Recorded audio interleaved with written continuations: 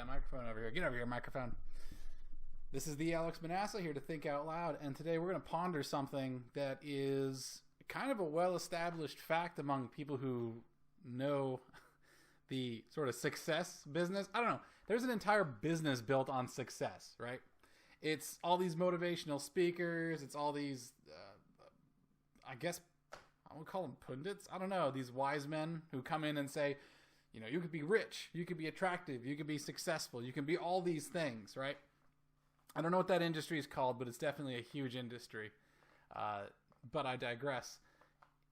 Whatever that industry is called, there is an idea in there that goals versus systems, right? This is a big thing from Scott Adams. I think a lot of people have just known this for a long time, and it's never been articulated in any sort of way. The idea is that instead of making long-term goals, key is long-term, instead of making long-term goals, such as I want to buy a house, I want to be rich, I want to be a famous singer, I want to even graduate college or go to college. Those long-term goals are not helpful and can be extremely hurtful and really distracting from you actually being successful. The idea is that you have a system instead. A system is something that you do daily, weekly, monthly, annually. Some periodic, reliable, it gets done sort of system where you do something, right? And I will give you a couple of personal anecdotes of how going from goals to systems has helped me. Starting with the pandemic here, I was, not particularly physical guy, I guess. I'd go to the gym a little bit. I wasn't fat. I'm very heavy. Another terrible goal is weight. I want to get to a certain weight. Unless you're trying to weigh in for like a sporting event or like if you're a boxer, it doesn't make any sense, in my opinion. Instead of trying to hit a target weight or something, I just said, listen, I'm going to eat this much a day. I am going to do push-ups every night. Just the one exercise. All right, I'm not even going to go to the gym. I'm just going to do push-ups. And I started out at like 25, I think. 25 earlier this year. And I've shot up to like 60. I could probably do 65 if I was really pushing it. But now I'm up to 60 push-ups, which is crazy. So I actually have, arm muscles now. It's doing okay for me. As a system, I have no goal. I have zero goal here. I'm just doing a thing every day. I do it, I probably take one day off a week. Maybe two if I'm like upped my number, right? If I'm like really straining now, I will like skip a Saturday and a Sunday or something, or I'll skip a Thursday, whatever. Anyways, I got a system for that, right? Studying, you can just have a system. I'm going to dedicate this many hours to studying a day, while you're a student until you graduate. Then you're going to change your system up, right? I'm going to work this much. System I've got right now is that every hour on the hour, I will get up and walk around. I'll go upstairs. I will pretty much use up 15 minutes of my time just milling about, get some coffee, do my push-ups, right? That has increased my productivity a lot. My focus is better. I'm able to concentrate better. And the thing is, the system is made for you. So I can't give you any advice. I'm just telling you that your goals might be hurting you more than helping you. And then instead you should consider creating a system. It worked really well for me. I have no idea what your system's going to look like. Nobody does. All right. One like set of goals versus systems that is extremely dangerous for you is the whole weight thing. Okay. If someone says, I'm trying to lose some weight. All right. How often does that work out? Like almost freaking never, right? Almost freaking never. I do not understand why people still step on the scale, to be honest. Like, what does that mean? Are you going to market? Am I going to go sell you for, how many pounds is this person worth? No. Look at a mirror. Look in a mirror. And then how many times have you, when you're doing something, let's say you're overweight, you've started something new, you're noticing some differences now in the way you look, you're kind of liking it. Even just your skin tone, just the exercising, you get more circulation to your face, you feel better. And then you step on the scale, and the scale basically says, I'm gonna put my water down. That's what the scale says to you. It completely demoralizes you, right? You haven't lost as much as you thought. You might have even gained some.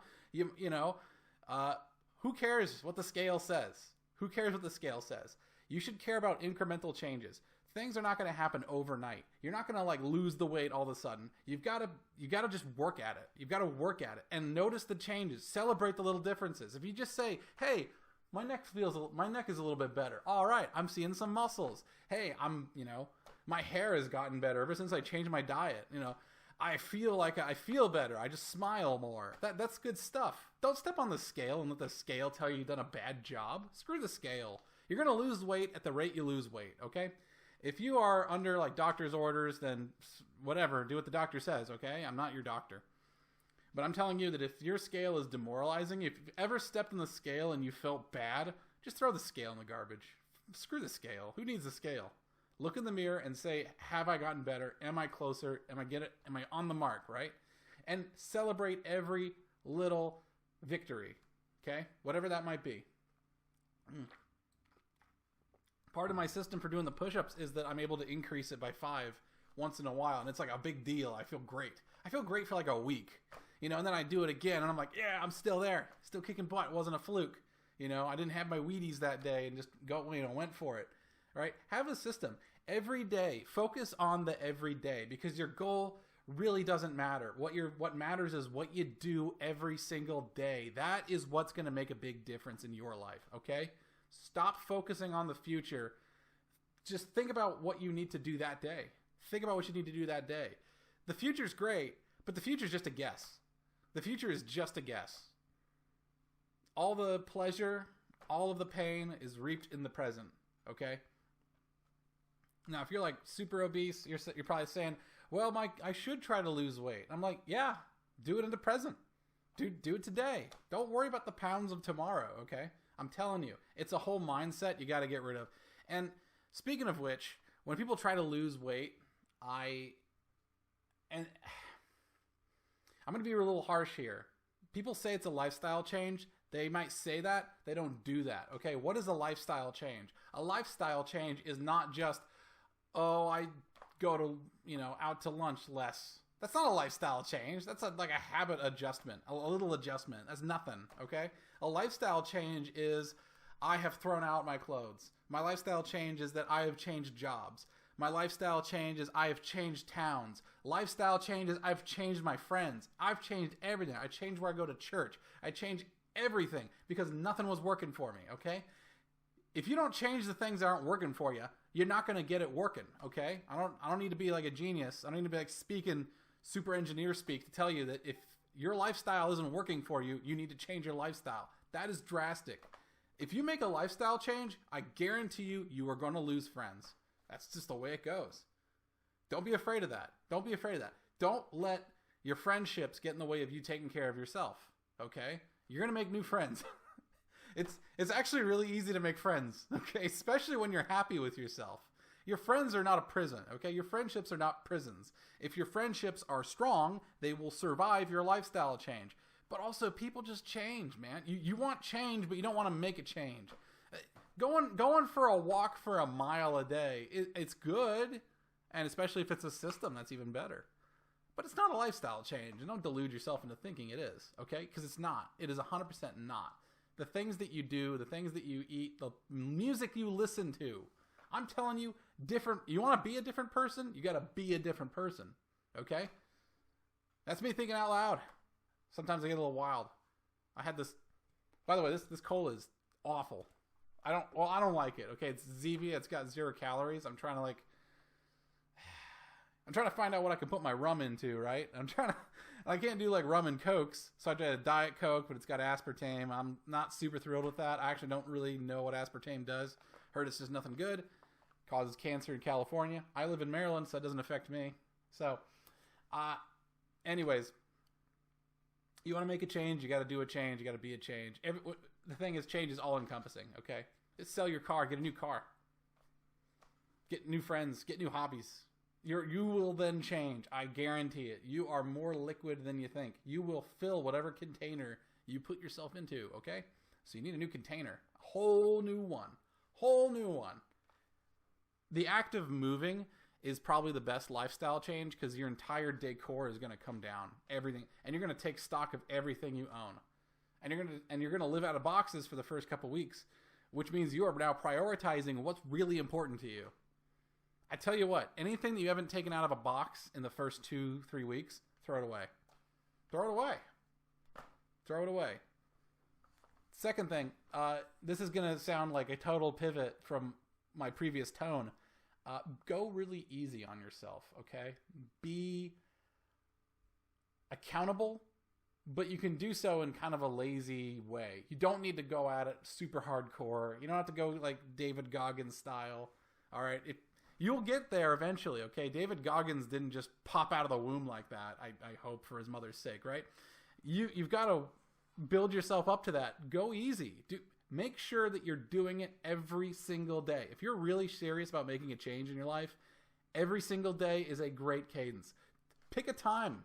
Pick a time of that day. Never skip. Don't go to bed. What I would do is I didn't go to bed until I did the push-ups. I couldn't go to sleep, you know? That's the change. It doesn't have to be push-ups. It could be practice my guitar, practice singing, you study for a new job, anything. I'm not going to bed until I read another chapter of my book. There's nothing wrong with that. It's a great system. Do that. What do you want to do? Who do you want to be? Don't be yourself. It's as Scott Adams was saying on his Periscope today, there's a lot of bad advice, and I'm going to actually I think every topic this week is going to be me dispelling bad advice. Be yourself is terrible advice. Why would you want to be yourself? You should always constantly be trying to be a better version of yourself. Really, you should be picking your heroes and aspiring to be that. I think be more like such and such is actually a system, not a goal, because you can kind of do that now, right? You can't do it as good as they can because it's your first day, but you can show up. If you say, I want to be like this person because they're truthful. I want to be like this person because they're insightful. I want to be like this person because they're that. Think of what do those people do every day? Don't ask how they got there. The way they got there is by doing the same thing they're doing now. Like those habits don't stop. If you are a award-winning, like top philosopher, right?